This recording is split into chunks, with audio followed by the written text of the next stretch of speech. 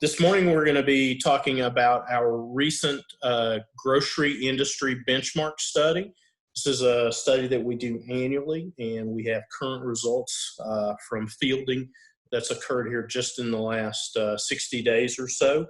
I'm joined by Scott Griffith. You'll hear his voice in just a second. He is our global Senior Vice President of Innovation. He'll be taking you through a fair number of the insights from the study this morning, but I'll start things off really quickly and talk just a little bit about the study methodology.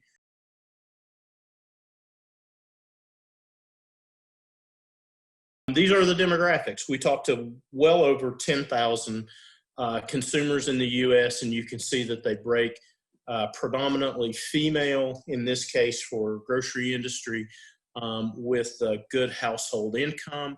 And then with respect to age, we're fairly representative of the U.S. adult population, perhaps just a little bit underrepresented in the younger age categories.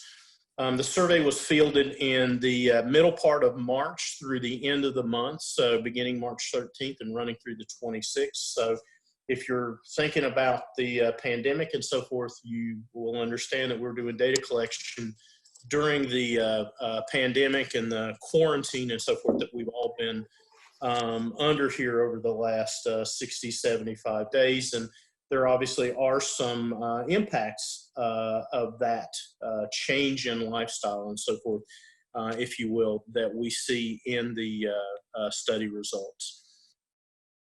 Respondents that provide us feedback do so across these 5 topical areas, if you will. The use of technology in grocery shopping.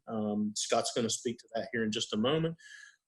Circulars and coupons, the importance of local and organic produce in particular, prepared meals and meal kit delivery services, and then finally, something that I'm sure is near and dear to a lot of folks who are listening's hearts is the competitive benchmarks and switching behavior that we see going on in the industry in the current time. That's the introduction to the study. You'll hear from me again towards the end of the webinar, but right now I'm going to turn this over to Scott Griffith, our Global VP of Innovation. Hi, Scott. Take it away. Good morning, Phil. Thank you. So I'm going to talk a little bit about a couple of the topics that we went into detail on, and I'm just going to kind of highlight some key findings that we saw that were interesting. And the first one is around digital grocery channels. We expected to see growth again in our study this year because we've consistently seen an upward trend in terms of people using grocery delivery, click and collect services where they can pick up curbside, and also in-store pickup models. So you can see that all 3 trend graphs from 2016 through 2020 are trending up. And you can see the acceleration as well that we're starting to see in terms of 2020's numbers. The interesting part about this is that we saw a lot of transition or movement to delivery and click and collect just due to the pandemic alone in March. So we're very keen to refield this study again in the future and see where this trend goes, because what we're finding is that once people have tried these services, they tend to try it and use them again. In fact, we're seeing quite a bit of adoption once people kind of move over to this method of purchasing. So if you go to the next slide, a couple interesting things about the digital shoppers, so people using click and collect, delivery, etc., is that it tends to be skewed towards the younger demographics. So people very comfortable with technology or ordering groceries on their phones. They're using Instacart. They're using in-house grocery delivery services. They're apt to use click and collect and pick up curbside to manage busy lifestyles. So 58% is a big number. And then once they've tried, we're finding that 70% claim to be repeat users. So they're using it again, and some of them become very high frequency habitual users. And all the great detail around that is in our full study, which we'd love to share with you on a separate occasion. But this is really kind of the wave of the future, and we're seeing that some brands are really aggressively adopting these technologies, techniques, and tactics to do this well. And other brands are really just kind of waiting and seeing and not necessarily adopting the technologies. So as we move forward from here, another thing that's really popular is meal kit delivery services, because what we see is that there's increasing competition for stomach share, whether it be restaurants fighting it out or whether it be new modes of consuming meals at home. We're definitely seeing surges and ebbs and flows here. And when it comes to meal kit providers, it's an interesting story, because if you just focus on the orange bars in the graph in terms of meal kit trial, what you see is more and more people are trying these services. So from 2017, it was 11%. In 2020, it's double that at 22%. So there's definitely a lot of interest in this idea of a meal kit at home. The scary part, though, is if you look at the meal kit continuity figure, this is how many people stuck with it. So they didn't just try it, but they actually stuck with it, and are still subscribers to meal kit services. You can see that that number has hardly moved. It's kind of bounced back and forward between 2.5% and 3%. And that's the challenge that this industry faces right now, is that if you look at the satisfaction on the right-hand side, you can see a lot of data is clustered in the middle, 2, 3, and 4. So we know, from experience across many, many industries, that if you're not delivering 5 out of 5 experiences on a routine basis, you're not likely to be able to keep customers. They'll try and they'll be interested, but they're very susceptible to either going back to old habits or trying competition. But that continuity factor is just not there. So it would really look like the industry hasn't figured things out. And as you go to the next slide, you can kind of see why. When we looked at the data and we broke down the reasons why people were not using these services anymore, there was one figure that stuck out more than others, and really it's the price. And the second reason was value, and the third was the promo ended, which really all is a different way of saying price. So price in terms of it's expensive, value in terms of it's expensive for what I get. And when the promo ends, the pricing goes up, and people are very unlikely to stick with the meal kits at a higher price point, because again, they're concerned about the price and value. The other reasons that pop up are portion size, prep time, and the number of steps required. So even though it is a meal kit for home preparation, it's still quite a bit of work to prepare a lot of these meals, because they're to be fresh, chef-styled meals that you can consume with your family at home. So there is prep time. It's not like just simply popping something in the microwave or ordering a delivery. So that's kind of what we see, is that there's some back pressure against these companies that's really holding them back in terms of their success. And if you look at the stop statistics, so those who stopped, you can see that that escalates from 76 all the way to 86. So going forward here, in terms of market share, this is always a hot topic. Who's really seeing more visits versus less visits across the industry. So I'm just going to profile the top 5 that gained in market share from the 2018 study. What we saw is that Winco Foods, Costco, ShopRite, Walmart, and Sam's Club all saw progression in terms of the number of customers that visited their stores versus other stores. So they were seeing positive movement, which is always good. They're capturing more market share, and this is a nice proxy for that. So as we move to the next slide, I wanted to kind of understand why, and there was one variable that stuck out, and when we looked at those who lost market share, the value question in terms of the value for the money offered by these different retailers, those that had a low value score tend to lose market share. Same with those who are neutral, that didn't gain or lose. They tended to have lower value scores. But if you look at the brands that gained market share, on average, they had the highest value scores. So value does matter in the grocery space. Things like price and promotional offers, coupons offered, everyday low pricing, special price values, discounts in store, etc., were hot topics in conversation with grocery consumers. They want to see those deals, they want to see value pricing, and they tend to be skewing their visits towards stores that offer those. So it was great, and if you really want to see how everybody lays out, I think I'll pass it back to Phil, and he can provide some commentary on the industry at large.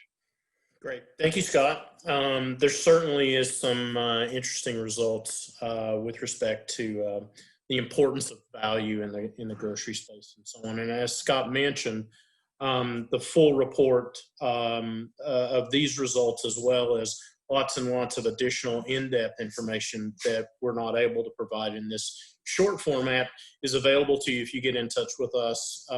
Be glad to provide a full briefing to you, your team, other interested parties that you're associated with. Just get in touch with your contact at MarketForce or with us just generally through our website. I'm going to talk a little bit more about specific competitive benchmarks. And if you followed us through the years in producing this study, this is a chart that you will have seen repeated. We produce this annually with the study, and it essentially shows you who our consumers that we're tapping in the study agree does the best in terms of overall satisfaction, and also with respect to future behavior, specifically the likelihood to recommend. And as the headline here says, Wegmans and Trader Joe's in 2020 are fiercely competing for the lead. You see them in the upper right-hand corner of the chart. That quadrant itself is one that's suggestive of winners in the grocery space. They're doing well with respect to customer satisfaction overall, and then they also have high recommendation scores. And so we see big national brands like Publix, Trader Joe's, and a variety of additional competitors in here who do quite well and have done so over the years. On the opposite end of the spectrum are the providers who are not doing as well, either in terms of overall satisfaction with their customer base or with respect to those customers' behaviors in terms of recommendation and so forth. And Walmart, you see here, kind of trailing significantly the rest of the pack, but then also Ralph's, Stop and Shop, and Safeway there in the lower left-hand part of the quadrant. There are some particular winners and losers with respect to kind of migration, if you will, from the last time we did this study, late in 2018, to today. Fry's, Stop and Shop, Aldi's all had significant declines, most of that coming in satisfaction in terms of kind of migration left to right. They're doing less well with respect to satisfying customers, not quite so much of a tail off with respect to recommendation. And if there is a comment to be made kind of on the overall cluster of competitors here, is that by and large, most of these brands moved to the left with respect to customer satisfaction, meaning that customers are reporting themselves to be a little less satisfied with their shopping experience with their primary grocer in recent times, as opposed to what we would have seen historically. There's lots more detail behind this chart that we can provide you as well in the complete ebook that goes along with this study. And again, if you'll just get in touch with us, we'll be glad to provide a briefing and give you a really in-depth inside look. I'm going to shift to the final thing we're going to talk about this morning in this short webinar, and it's really the question of what's driving satisfaction and loyalty. We do this data collection annually, and then we create or estimate a predictive model that shows us essentially what the key drivers are with respect to driving satisfaction and loyalty. And our definition of loyalty here, you see in this model diagram, is really the degree of the likelihood of the consumer to recommend the brand to friends and family and so forth. The schematic that you're looking at now looks like a flow chart, I realize, comprises the primary questions in the experience part of the survey that we field with all of these consumers.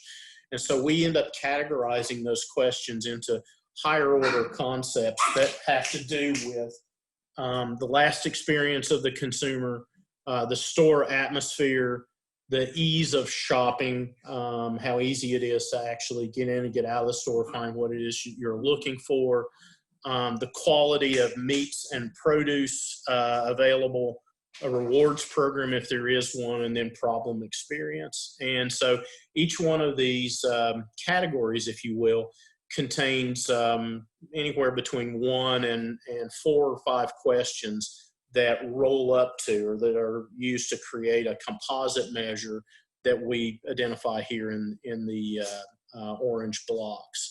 The numbers that you see kind of hovering to the right of those blocks associate with each one of the causal paths. And I apologize here in advance of talking technical for just a second.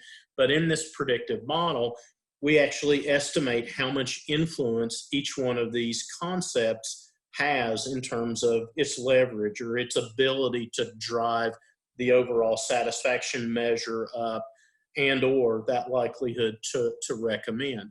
So you see those numbers associated with each one of the lines actually are the estimated leverage that each one of these concepts has on satisfaction. So just looking kind of top to bottom, you can see the preeminent importance of the last experience that the consumer had with the brand that he or she shopped at in terms of driving their satisfaction and their likelihood to recommend.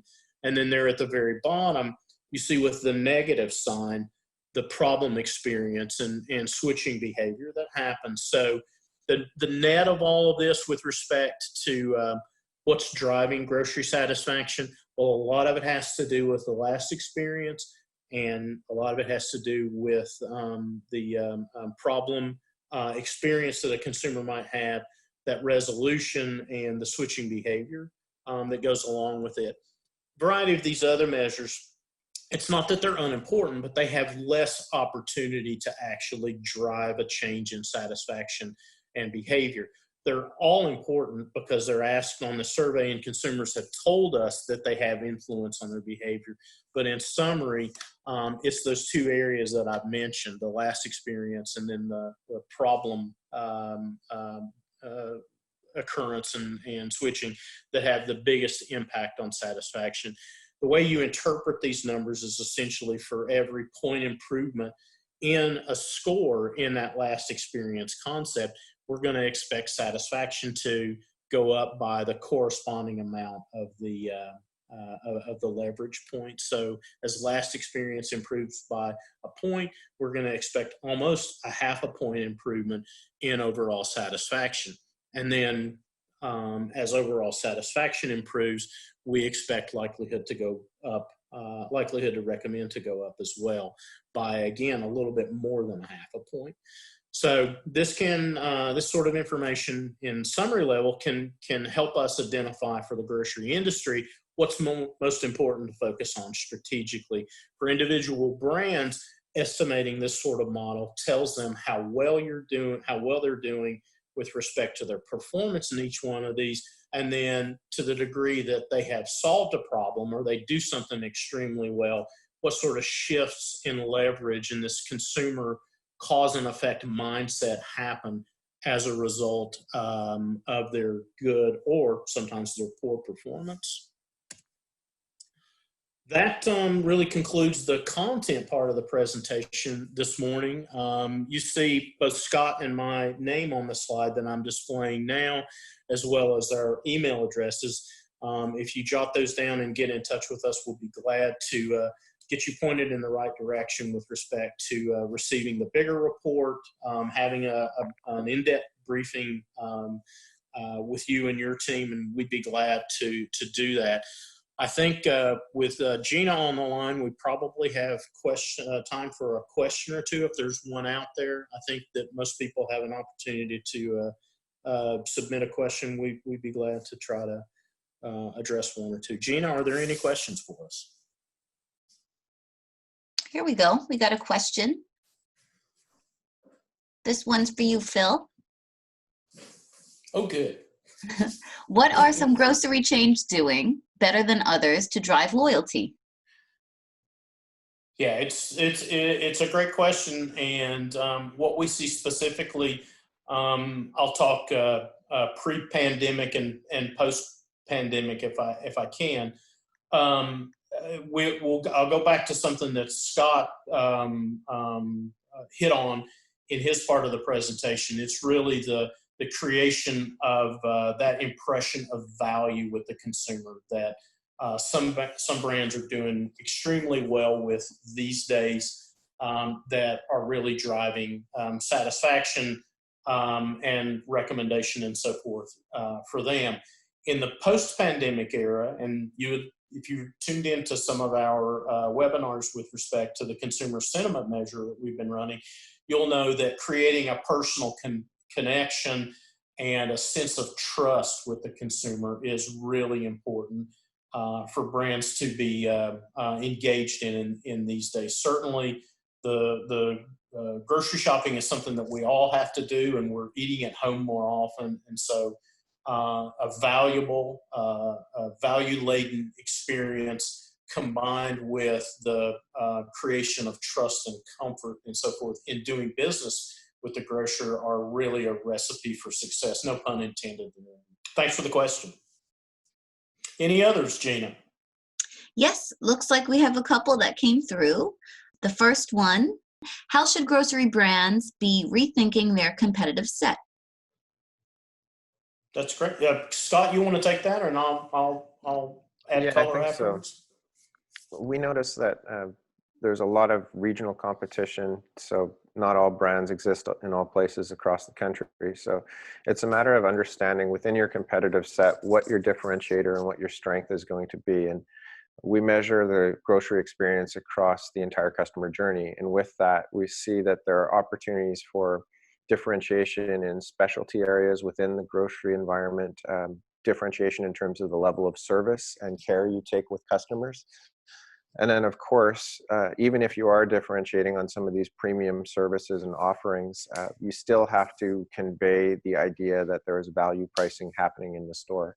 So, you might not be known as a low price competitor, but that doesn't mean that you can't have specials and specialty category products that are offered at discount prices, member benefits, etc. Things to entice customers into seeing your value proposition. Scott's absolutely right, but let me provide the pandemic spin to the question. Certainly, there are competitors out there who we would all judge to be really non-traditional now. I would imagine most folks that are listening into the webinar have seen some restaurant brands who are now offering limited grocery delivery along with prepared foods and so forth. And so the competition broadens that way, really as a result of the pandemic and people staying at home, but the desire to sometimes not cook a meal for the family, but to have something resembling a meal out. So you've got that sort of dynamic going on that probably will continue to expand the competitive set for the foreseeable future. And then as the economy reopens and so forth, there is all sorts of non-traditional competition that will also kind of arrive on the scene, we believe, because of the mixture of people's desires to engage in traditional consumer behavior versus staying at home and so forth. So it's really an interesting and difficult time that is a big part of what we think needs to be considered and what we're advising our clients to think about with respect to competition. Any other questions, Gina? Yes, I think we have time for one more. How are you able to predict and calculate increases in customer loyalty? And what is the process that you use to understand that? That's a good question. I'm gonna drive the car off into the technical weeds here for just a second. Sorry, everybody who's not stats oriented, but we actually are asking these questions on a survey. So we ask about self-reported satisfaction and behavior, recommendation, likelihood to return, and so forth. And we use that survey information as a proxy for behavior.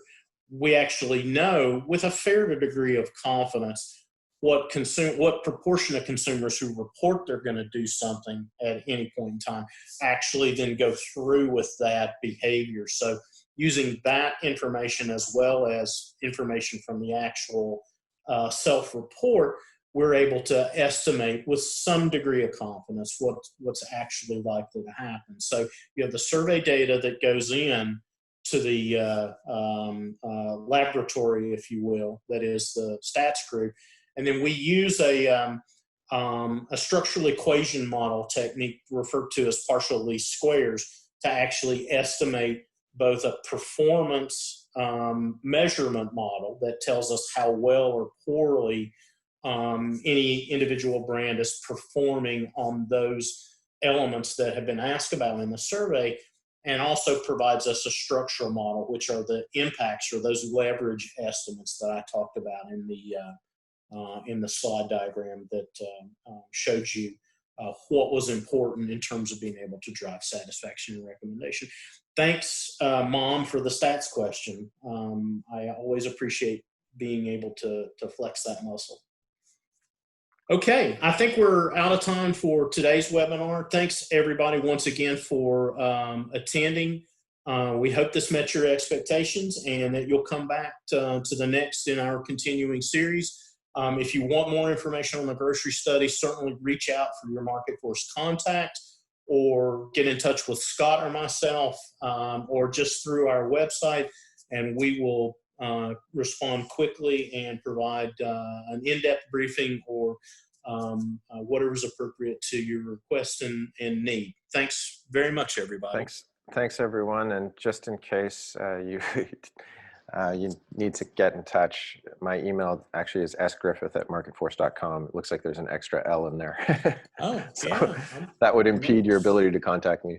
Awesome. Thanks, guys. We'll speak to everybody soon. Thanks very much.